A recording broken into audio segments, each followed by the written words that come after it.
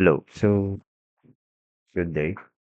This time, pag-usapan naman natin yung analysis or investigating reinforced beam. So, simula ako sa singly reinforced para tuloy-tuloy tayo and later on, double reinforced naman. So, this time, sa singly reinforced, you are investigating. Ibig sabihin, you have your given tension steel area. So, nalalaman mo kung tension only ito or SRB ito kasi bibigyan ka ng drawing o bibigyan ka ng details. So, as if pagdating sa solution or problem solving, naka-concentrate ka lang sa tension side. Okay? So, wala kang compression steel. So, therefore, may mga checkings lang tayong gagawin. So, nag-provide ako ng steps and naka-flowchart na rin para mas madali niyong sundan. So, ito siya. So, pahapyaw lang before example, balance check muna. Di ba binigyan ka ng AS, ibig sabihin, makakakuha ka ng raw, di ba? Using this formula. So, dito lang lagi magsisimula. You have AS and then you have raw. And then, i-compare mo lang si raw sa raw mean. So, alin dito sa dalawa yung mas malaki. Ganun lang ulit. And then, if that is greater than rho mean, therefore, use rho. And if it is less than rho mean, use rho mean. Tapos, yung rho is i-compare mo, rho is still area, or still ratio, sorry, is to be compared sa rho B or rho balance. Okay? So, si rho balance is formulated na yan. Okay? And kung gusto nga pala natin kunin yung AS balance, ibig sabihin rho balance yung gagamitin mo. No? Yan. So, if your row is less than the row balance or equal to, ibig sabihin, nauunang mag-yield yung bakal mo. Hindi siya ganun ka or below the ano siya, balance condition. So, hindi siya sobra-sobra para hindi mag-yield. Parang ganun. So, pag naman kabaliktaran, row is greater than row balance. Ibig sabihin, umaangat ka sa limit mo o balance mo, no? That is, ah, hindi mag-yield. So, pag nag-yield ang bakal mo, that is already going to be tension controlled. Okay? Or probably, pwede pa rin maging transition region para hindi ganun umaabot sa 0.005 or pwedeng less than to that. Parang ganun. Okay? So, pwede kasi na kung dalawa. Tandaan, pag nag-yield, pwedeng ito ang 0.9, pwedeng ito. Okay? Ito ang reduction mo ay 0.9 or ito ay nasa transition lang. Pero kapag hindi nag-yield ang bakal mo, ibig sabihin, matik yun na ah, compression control. Okay? Or yung reduction mo is 0.65. Okay? Ganun lang. And then, kung sa designing, ang reference line natin is maximum condition. Dito sa ano, sa dito analyzing is ang reference natin ay yung balance line or balance condition. So yun. So kapag nag-yield, tuloy-tuloy lang ulit relationship ni CC tsaka ni T. So is equal to 0.5, 0.85 F prime C A B A S F Y. Rectangle lang naman to. So yung A mo is solve. Okay, solve for A and then you can get your C and then check your C if ano ang pupuntahan natin, greater than 1,000 ba o less than? Bakit? Kasi para malaman kung anong reduction mo. Kino-compare lang ang Fs kapag sa 1,000 kapag inaalam natin ang reduction. Pero kino-compare naman ang Fs sa Fy kapag gusto natin malaman kung nag-yield din yung bakal or hindi. Or should I say, pwede rin siyang comparison din sa raw and raw balance. Yung raw and raw max naman is kino-compare kasi gusto din natin malaman kung ESRB ba siya o DRB siya, gano'n lang. So, now kapag okey na, nakakuha ka na ng reduction, you can now decide. So, ito yung formula ng MU galing sa moment, pinaikot mo yung CC, okey, sa T, gano'n 'yan. Ito yung moment arm niya, okey? Now, kapag hindi nag-yield, it is probably a compression control, okey? Compression controlled with tension, with reduction 0.65, okey? So, lagay ko dito, matic 'yan. Ang reduction is 0.65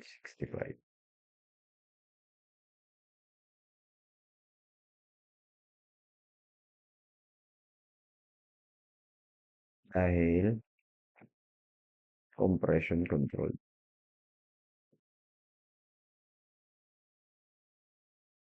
okey? So, ngayon kapag hindi nag-yield, lagi ang ugali natin diyan is manguha ng bagong A, okey? Let's find another or new A, okey? Kasi, ah, hindi na siya yung actual, FS ang gagamitin natin, actual FS ang gagamitin natin kasi nga, kulang siya sa FY, okey? Hindi siya umabot sa kanyang strength. So, we need to adjust the concrete side, okey? Compression kasi nagkokontrol.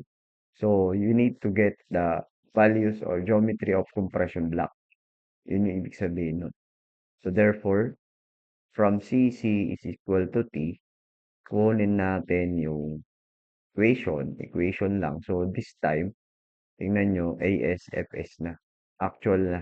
Hindi na yung FY. Kasi hindi siya sumobra sa FY, no?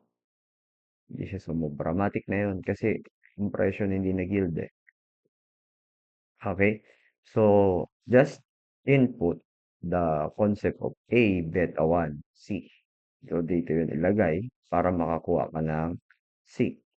And then, yung Fs, which is equal to 600, D minus C over C. So, pag nag-shift solve ka dyan, C lang ang makukuha mo. Mauuna mo talaga makukuha si C bago si A. And then, finally, check Fs. Kasi pag nanguha ka na ng Fs dito, ah, tawag dito, yan na yung i-input mo. Pag nakuha ka ng bagong C, may bago kang A, may bago ka ring FS. So, pwede ka ngayon mag-design gamit yung compression moment and or yung tension moment. Basta lang kapag nanguha ka ng compression moment, A ang gagamitin mo dito. Yung A na bago. Yan. Pero kapag yung tension moment nasanay ka, ang gagamitin mo, hindi FY ito. Yung bagong FS din. Gets natin, no? And finally, yung reduction mo should be 0.65. Meron ka ng ultimate moment. Ganun lang sa SRD. So let's try an example. Both solving the still yields and does not yield. So let's start with a rectangular concrete beam has a 250 width and effective depth of 460. The beam is simply supported over a span of 6 meters and is used to carry a uniform dead load of 680 Newton per meter, including its own weight. So, ibig sabihin, pag may ganito, kinematic, kinukuha natin yung moment or design moment para makakuha tayo ng uniform load ultimate. Tapos, isa-subdivide natin siya sa dead load, service, and a service live load. So, the beam is reinforced for tension only, meaning an SRB. Calculate the uniform live load. O, di ba? Yung uniform live load. So, this is a creative problem we're in. Uniform live load yung dinadirect sa'yo, pero you need to solve first the ultimate moment para maka-arrive ka dito. Ibig sabihin, titignan mo kung anong klaseng beam ito, simply supported lang and uniform load lang. Ibig sabihin, alam na alam mo yung beam na yan na may maximum moment of WL squared over 8, 'di ba? So, pwedeng mabago yan sa theory, 'di ba? Sa structural theory. So, pwedeng maging fixed support yan, find the maximum moment, and so on and so forth. So, use Fy 275 and F prime C 21 using NSCP 2015. So, let's start with F prime C first. So, F prime C is 21. Therefore, your beta 1 is 0.85. So, let me uh, have the background to the flowchart para nasusundan natin. Ayan, balance check muna. So, rho should be computed by computing AS. So, AS is 325. So, we have 468.75 pi. Okay. So, 25 squared, double check ko lang, no? 25 squared over, pi over 4 times 3. Yan. 1875 over 4 fraction yung ilalagay ni ni Calq, no? Pero ayaw ko magsulat ng fraction. So, 1875 divided by 4 na lang. Yan. Or 468.75 pi. Okay? So, then we have rho. Dividing BD 250 times 460, we have 0.0128. Then, i-compare mo na daw siya sa rho mean, the greater between the two. So, sinumpit ko na yan. And we found out that this one, the second one, again, is the highest. Therefore, i-compare mo yan. So, this is the highest, and then, i-compare mo si rho mo, tapos si rho mean. And obviously, that is greater than rho mean. So, therefore, your AS given is adequate para sa size mo. It is okay sa size na to. Ano ibig sabihin yan? Now, let's proceed to comparing rho to the raw balance. But compute first the raw balance. Yan. And then raw balance. Okay, ito yung limit ng balance. So, pero hindi ka ba aabot dyan yung raw mo or sobra yung raw mo dyan? So, obviously, hindi aabot. So, therefore, mag-yield yung bakal mo. And that's good. Okay? That will give a warning. So, pwede na tayo mag-proceed dito sa kanan. Ductility requirement check. So, titingnan mo ngayon kung ano ang reduction na gagamitin ko by solving first what is C. Or solving first A, and then second C, and then third FS. Sunod yun. Kaya natin. So, find A, 90.75. Find C, 106.76. And find S, 9,000, no? 996. That is over 1,000. Therefore, that is tension control situation, and that's a good design again. Why? Yan talaga. Tension control yan. Okay? So, next. Find the moment. And the moment finally. So, ang ginamit ko is tension moment. Okay? So, yan. Para direct. Yan yung AS ko. Yung FY ko. 275. Bakit FY, sir? Kasi sobra-sobra yung FS ko sa FY. FS should be equal to FY. Lagi yun na. Kapag FS is greater than FY. Therefore, finally, we have, hindi pa yan yung sagot. Kasi, ang inapakuha sa atin is uniform live load. Pero, meron tayo kasing simply supported beam, tapos may service load na dead load.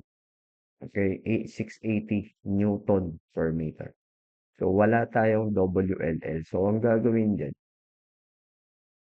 principle by principle, yung maximum moment na makukuha mo dito sa beam na to with 6 meter length should be the ultimate moment. Hindi dapat lalabas doon. Max na siya eh. So, ultimate na yun. So, therefore, by theory, you will get WL squared over 8. Therefore, if your moment is ultimate, your uniform load is also ultimate. And sabi natin, lahat naman nilo-load combo natin eh. So, yung WU, dapat U, ibig sabihin, 1.2 WDL. Subscript po yung DL tsaka yung U ah. Hindi ko lang siya na ano. Hindi siya ganito isulat yan. WDL. Ibig sabihin, okay. Um, yan. Ibig sabihin, maliit lang yung DL, ha? So, yan. Then, 1.6 WNL. Okay? Sounds familiar, okay? So, ngayon, ah, isubs natin yung W dito. Tapos yung L being 6 mo. And then 8. Diba? So, consistency of units. Tingnan nyo. 151.12 kilonewton meter. Ibig sabihin in kilonewton ito. Pero yung 680 mo is in newton. So, dapat ito i-divert natin sa kilonewton, in newton meter. Naka-meter naman yung 6 mo eh. So, dapat anuhin natin yun. Kaya, ha? Isa natin. Dapat ito in kilonewton. So, times 3 times 10 raised to 3 pa yan. Or times 1,000. Diba? Para maging newton meter. Okay? So, consistent na yan and you'll get 20,478.89 Newton per meter. Or kilonewton per meter. Divide mo naman ng 1,000. Okay? Pwede yan ganyan sagot. So, finally, yan na yung WLN mo. Ganyan natin i-solve. So, uniform live load. Okay? Service. Ang kinuha mo. Okay? So, service live load ang kinuha natin ha. Ibig sabihin, ito yon. Pero pag tinawag dyan na factored live load, what is the factored live load? If the factored dead load is, parang gano'n, wag mo na ita-times sa 1.2 tsaka 1.6. Diretso na. I-add mo na lang. Ayun yan. Okay? Pero MU pa rin ang gagamitin mo. Kasi factored niya eh. So, yun lang. Okay? This is example number. So, ano natin baka mapago yung beam o kaya may ibang mga loads. Basta tandaan, balikan lang kung paano share and moment diagram, di ba? Sa theory, and so on and so forth. Now, let's have an example for a beam which has, may naligaw. Okay. Yan nyo lang yan. Kumari wala. Okay. So, the beam width is B, 300 mm and an effective depth of 500 mm. The beam is reinforced for tension only with AS 928. Lumaki. Parang sinasadyang maging ano hindi mag-yield. Okay, lumaki yung AS mo. So, calculate the ultimate moment capacity. Okay. Sample ito ng hindi nag-yield. Okay? Nilakihan din yung concrete, 34. Okay? So, FY414. Let's try following the steps. So, bisaduhin na this time. Kunin muna yung F prime C. Okay, equals 34. Therefore, your F prime C is greater than 28. Kuha tayo ng bagong beta 1. 0.85 minus 0.05 over 7 times F prime C minus 28. So, this is 0.807. Ganun lang. Okay? And then, get AS. And then, goal natin makakuha ng raw. Yeah. Tuloy-tuloy na yan. So, we have 0.0369. Okay? And then, malaki ba yan o maliit sa raw mean? Let's find. So, mababago mo ngayon yung raw mean mo kasi bago na yung detail. Pero this time, ang greater than na sa kanilang dalawa is C, okay, C, Romin 1. Okay? Pero hindi pa rin siya lumaki sa row. Kunti lang. Therefore, ah, okay pa rin yung ating shape. Kahit na maraming bakal, okay pa rin naman yung shape. Ganun yan. So, find the row balance. Yun. Then, compare. Obviously, 369,333. Greater than na siya. Still does not yield, ha? Therefore, your Fs is not equal to Fyy because Fs is probably less than Fy. Okay? Pwede mo naman i-double check yan mamaya kung talagang less than siya sa Fy. So, proceed na tayo. That is compression controlled. Okay? Ito na direction niya. Okay? So, kukuha ka na ductility requirement check. Kukuha ka ng bagong A.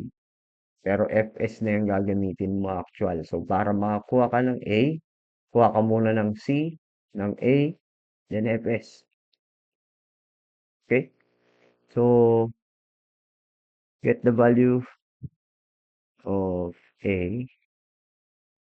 So, yan.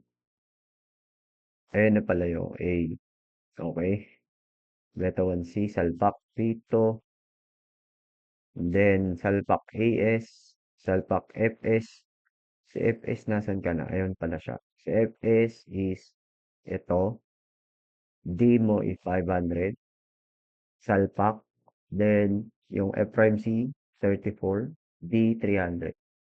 So, we have C by Shipson. Ayan. So, ito, salpak mo dito sa A. Ayan. So, beta 1 mo, ito. O, C na lang yung unknown mo. Yan yung bagong C. So, dapat talaga may shape solve yung calculus para mabilis, no? Kaysa mag-algebra ka. Okay. So, anyway, ayan, ang bilis niya. Wala pang A eh. So, A is, okay, nanganliligaw yung effects. So, A is beta 1C. Okay? Ayos? So, 0.807 yung beta 1, and then C is 304. Finally, have A, 245. So, lumalim, ano? Lumalim. Para mag-balance naman siya sa dami ng bakal. Parang gano'n yan. But we allow only 65% ng moment na papaganahin mo sa beam na to kasi nasa compression control ka lang. Okay? So, therefore, pwede naman siya, safe naman siya. Pero 65% lang. Yan yung effect ng ano, chine-check natin. So, substitute, ang ginamit ko anak ay ano, compression moment. Okay? So, we have finally 522. Pero kung gagamitin natin yung tension moment, that ASFS tapos D minus A over 2, di ba? Kunin mo lang yung Fs. Eh, dito hindi ko kinuha. So, balikan natin si Fs. So, kukunin natin si Fs, 600 D minus C, 304. Ako, no, kapag nagko-compute ako sa actual, sini-store ko si beta 1 sa B. Ini-store ko si C sa C. Yan, para madali kong tandaan. And then yung A, i-store ko sa A. No? Yeah, A, B, C. Yan, matik na yun. Tapos yung effective depth, i-store mo pa ba? Wag naman na. Okay, so anyway. Okay. Yan, joke lang yun ah. And anyway, 500 minus Hmm, C, 304.673 over 304.673. Less than Fy kaya yan. Yun. Kita nyo? 384.66 less than Fy. O, di ba? Na-prove natin. Compression controlled agad yan kasi sa raw balance pa lang, oh, nakita mo na. Ganun yan. So, store natin sa F. Yan, Fy. Ay, Fs, sorry. So, pwede ko gamitin si ASF, Fs. Yung tension controlled, ay tension moment. So, using 0.65 as your reduction, AS is 17645. 17645. Ayan. And then, ano na? D minus A over 2. Okay? Yung A mo, nakuha natin kanina nasaan ka? Wala. A, 245.871 over 2. Dapat yan parehas dito. Oh, mali. Wala ka pa kasing Fs. Okay? So, Fs, AS, Fs. Okay? Na-store ka sa Fa. Okay? Yun. Okay? Madali. 522, 464. O, konti lang. So, equal yan. Dapat. Okay? Pwede mo gamitin yun. Okay? So, yan. Na-provide ko na sa inyo kung paano gamitin yung step ng analyzing an SRB. Ang twist na lang dito sa mga exam siguro or quiz is you will compare ultimate moment capacity to the given actual moment for the beam. So you find the maximum moment of any beam. Okay, and then compare it if it is safe. Ganun lang. Okay? Or yung katulad kanina na hinahanap ko ano yung dead load, ano yung live load required sa floor na yun. Diba? Para hindi niya maabot yung moment na yan. Kasi ganyan lang siya. Parang gano'n. So that's SRV analysis. Thank you po. Let's go with the DRV analysis next video.